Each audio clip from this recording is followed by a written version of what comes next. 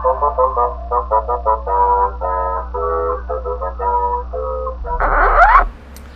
don't think so. This is how we get down.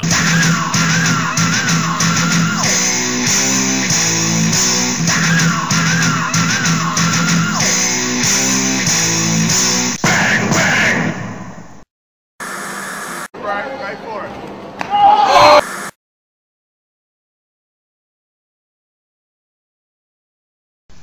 A debate has been raised over who's cooler between the ninja and the pirate.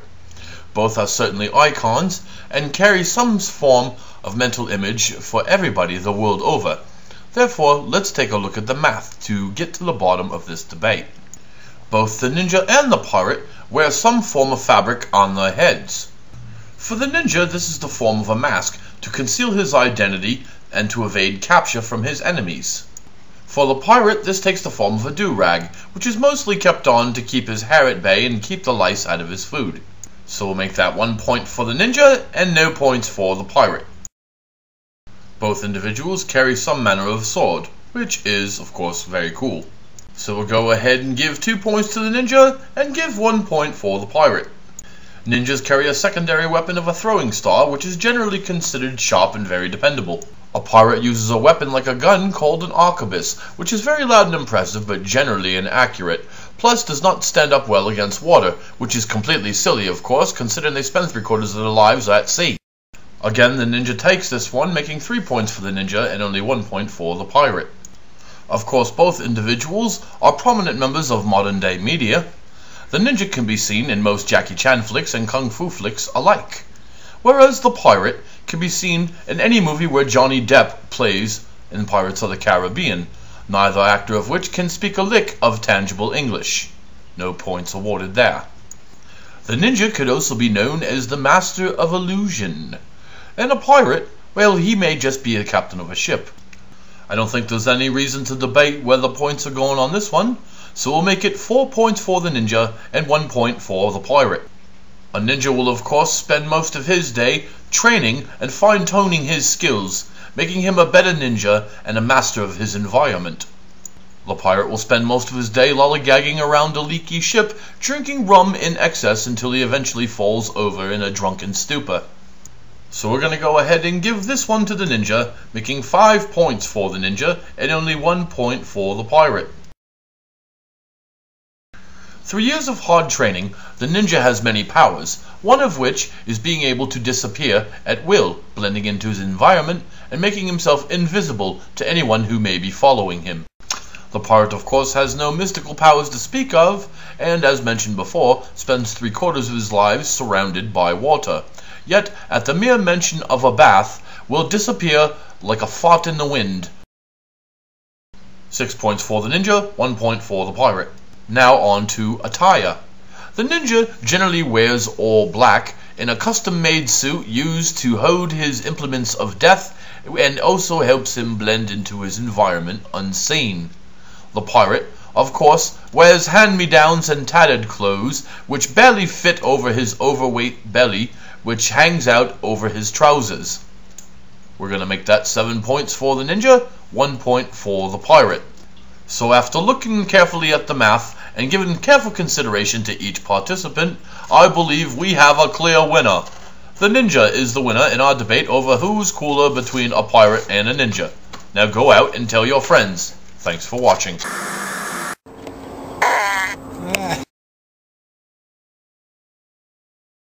I said I wanted Prada! Moo, moo. Come on, boys, it's time to rape and plunder. He knows we're in the Arctic, right? Oh no, he didn't.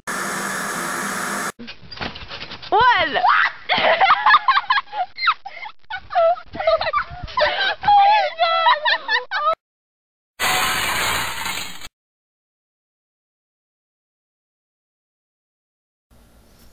Okay, now here's an interesting bit of news. Last week, a 31-year-old man burst into flames in Lancaster, Ohio, after being tased by 2 police officers. Now, there's a whole accountability issue here. The police are looking, oh my god, something's wrong with our tasers, and then the whole department across the board is looking at the new tasers that they ordered, contacting the distributors, trying to figure out what is the manufacturer defect. What the news also tells us is that the man had been inhaling a chemical from a spray can ahead of time.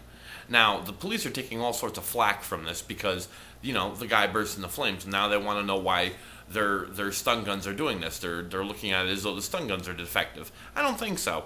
You know, when people use drugs, there's at least a smidgen of understanding of the risks involved in using that substance. You use crack or cocaine, you run the risk of having a heart attack or your chest exploding, or in the long term having a fucking stroke.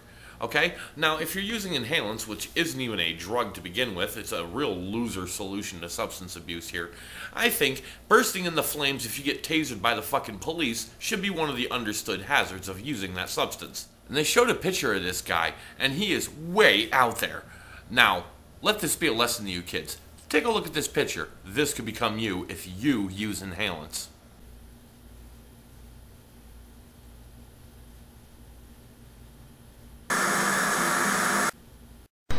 Hello YouTube, it's me again.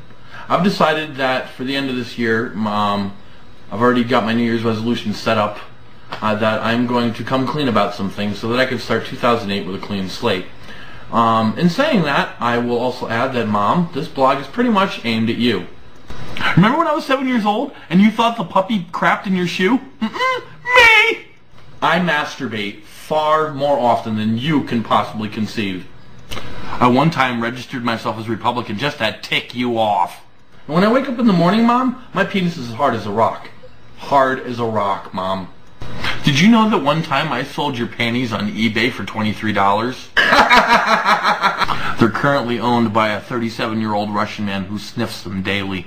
If it makes you feel any better, I sold Dad's on the internet too, but his got twice the amount of hits. God, that's gross. Yet as screwed up as all this stuff sounds, what's more screwed up is the fact that I never got to tell you this stuff face to face while you were still alive. I'm sorry. I miss you. Merry Christmas, Mom.